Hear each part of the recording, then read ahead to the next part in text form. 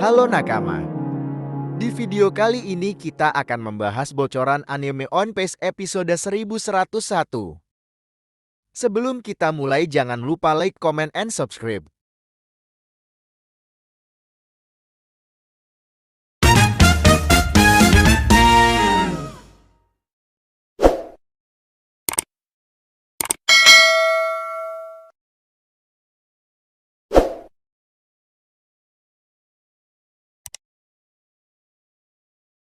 Nah, adegan pun dimulai, di mana kita melanjutkan adegan yang terjadi di episode tahun 1100, di mana di sini terlihat Luffy dalam wujud Gear 5 langsung beraksi dengan perbuatan revolusi yang menggunakan Sugan kepada Sentomaru dengan diperlihatkan mata Luffy yang keluar.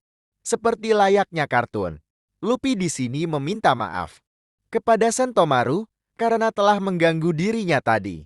Namun Sentomaru justru marah kepada Luffy karena meremehkan dirinya. Sebab Sentomaru mengetahui arah serangan dari Lucci dan mengira dia telah dapat menahannya. Tetapi serangan itu masih menembus pertahanan dari Sentomaru. Revolusi yang melihat Sentomaru masih berlumuran darah. Dia pun lalu berkata kepada Sentomaru untuk cepat kalah dan pingsan. Sebab sebagai pemegang authority tertinggi saat ini, selama Sentomaru masih belum kehilangan kesadarannya, maka si Pijiro masih belum bisa mengontrol para serapin. Kemudian kita pun diperlihatkan ketika revolusi akan menyerang Sentomaru kembali. Dan boom, sebuah serangan dari Luffy mendarat tepat di wajah revolusi. Yaitu adalah serangan baru Luffy yaitu Gomu Gomu no Downward. Luffy memutar dirinya dan bergerak layaknya seperti tornado dengan sangat cepat. Saking cepat putaran itu, Luffy terlihat tidak mampu mengontrolnya dan tidak bisa berhenti. Nah, di samping itu Jinbei dan Chopper memberitahu Luffy, jika dia ingin menyelamatkan Atlas, maka dia harus cepat menuju tempat di mana Dokter Pegapang berada.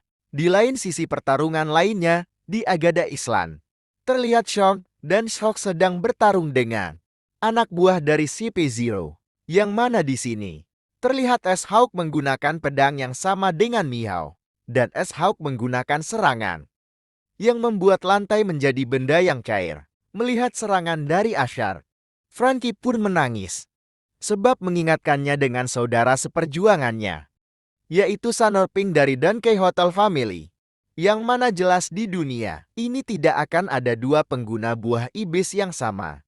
Apakah dia telah mati sekarang? Tanya Franky. Namun Pythagoras menjelaskan jika orang yang dimaksud itu masih hidup dan berada di Impel Down, dan menanyakan kepada Pegapang, apakah maksudmu kau telah menciptakan buah iblis yang sama? Nah, di sini yang menarik yaitu Pegapang menjelaskan, ketika dirinya menjadi artificial devil fruit, hanya buah iblis Joan-lah yang dapat diciptakan. Sama seperti halnya buah iblis milik Sister Clone. Pegapang juga menambahkan, andai dia memiliki waktu luang dan uang yang banyak, buah iblis Joan tipe spesial pun mungkin dapat dia ciptakan. Tetapi untuk kebangkitannya, dia masih belum bisa mengkonfirmasinya. Untuk buah iblis tipologia, dia telah melakukan semampunya, tetapi tetap saja susah untuk memproduksinya. Tetapi lain hal lagi untuk TP Paramecia. Dia dapat diambil dari garis keturunan atau DNA sang user dan menyering darah spesialnya. Itu untuk mendapatkan kemampuan spesial buah iblisnya. Dan inilah yang disebut Pegapang sebagai Grain Blood atau darah hijau.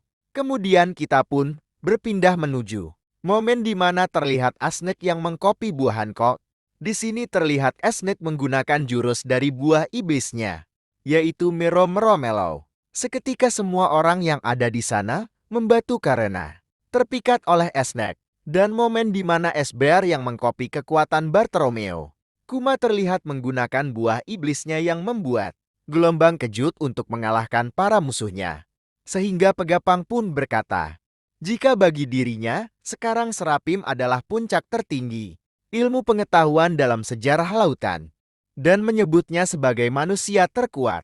Mendengarkan perkataan dari Dokter Pegapang, terlihat kru topi jerami menjadi terkejut dan bertanya, apakah Ini alasan mengapa pemerintah dunia membubarkan si Chibukai, yang mana dengan jelas, jika Serapim adalah ancaman bagi para bajak laut. Dan kita pun kembali lagi menuju medan pertempuran. Terlihat beberapa orang di sana berteriak karena melihat Lucci masih bisa bangkit setelah menerima serangan dari Luffy.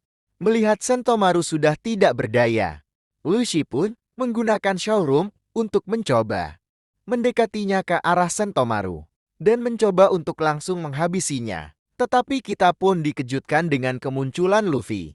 Dengan wajah raksasa miliknya sedang mencoba untuk memakan.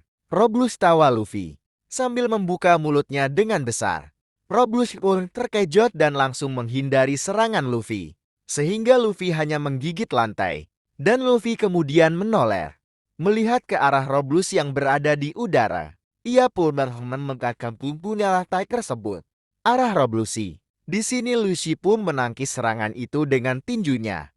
Sementara Luffy sudah bersiap untuk melakukan serangan lanjutan.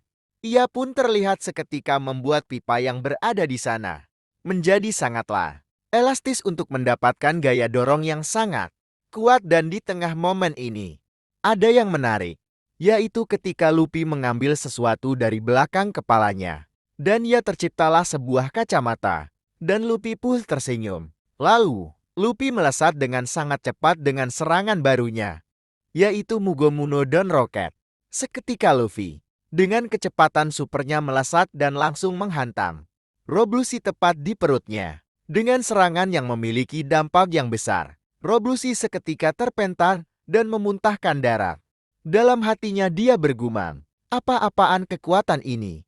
Kesadaranku mulai memudar. Sementara itu, Luffy terlihat tertawa dengan girannya setelah mendaratkan serangan itu kepada Roblusi. Adegan pun berganti menuju ke arah Jinbei dan Chopper.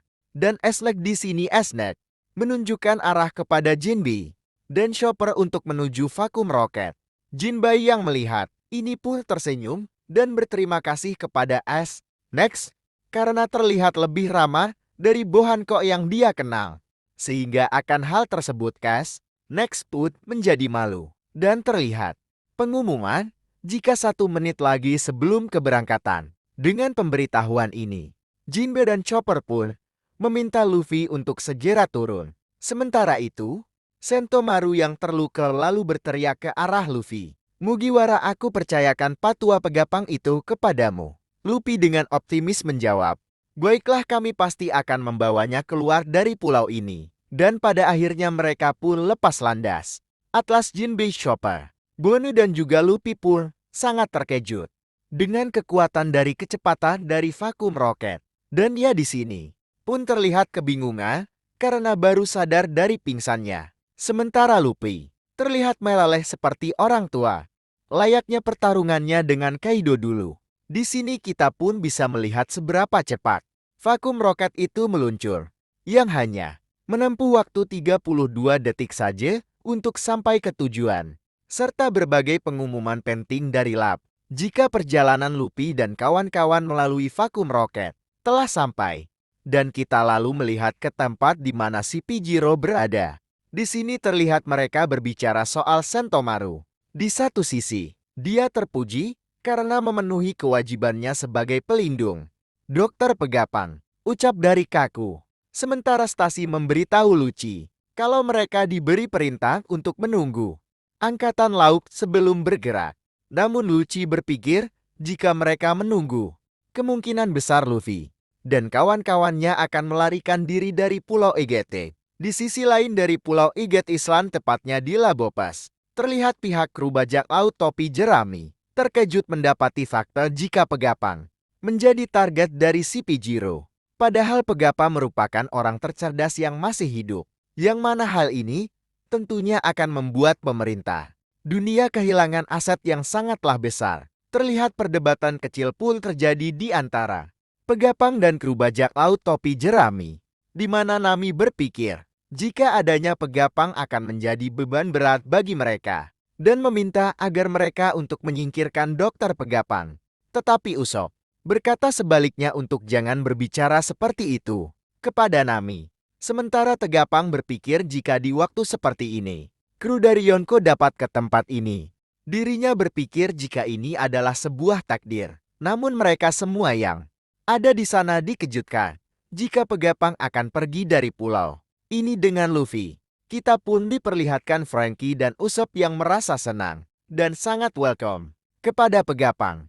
Sementara Sanji dan Nami sedang merasa jengkel dengan perilaku Pegapang terhadap mereka. Di sisi lain, tepatnya di terminal vakum roket, terlihat Luffy dan teman-temannya Paul telah keluar dari benda ajaib itu. Di sini Luffy terlihat kembali lagi ke wujud normalnya dan merasa sangatlah senang. Sementara Atlas langsung mendapatkan pertolongan pertama dan perbaikan. Lalu Bonnie terlihat tergesa-gesa untuk menuju ke tempat di mana dokter Pegapang berada, sambil berkata, "Jika Pegapang mengabaikanku untuk mengembalikan kondisi ayahku menjadi normal, maka membunuhnya adalah satu-satunya pilihan."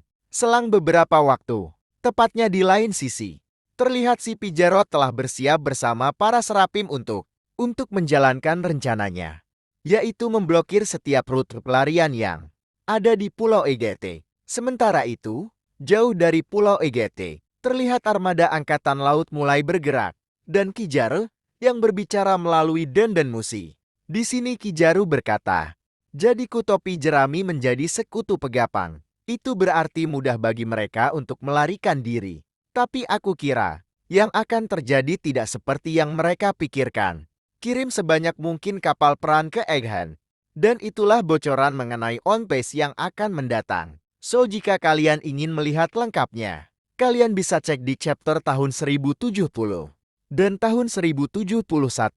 Serta jika kalian suka dengan pembahasan video kali ini, jangan lupa kalian klik tombol like, subscribe dan aktifin lonceng notifikasinya. Oke nakama, isi pamit undur diri.